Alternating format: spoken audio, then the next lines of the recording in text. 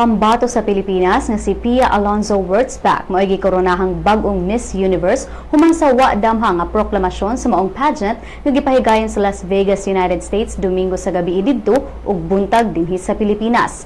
Sa wala pa mahitabo ang announcement, ang host nga si Steve Harvey nasayop pag-anunsyo nga si Miss Colombia Ariadna Gutierrez ang bag-ong Miss Universe ug si Wurtzbach mao'y first runner-up. Apan nibalik si Harvey sa stage ug giklaro ang resulta. Ug didto na giproklamar si Wurtzbach nga mao'y bag-ong Miss Universe. Pipila ka mga netizens ang ma-react sa maong kasaypanan sa host ug dali sab dayong mi-trend ang #ColombiaZone.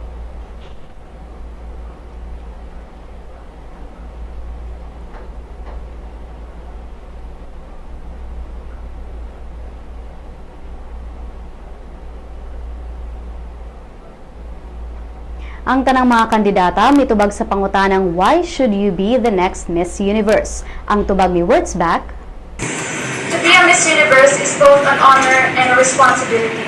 If I were to be Miss Universe, I will use my voice to influence the youth, and I would raise awareness to certain causes like HIV awareness that is timely and relevant to my country, which is the Philippines. I want to show the world, the universe rather, that I am confidently beautiful with a heart.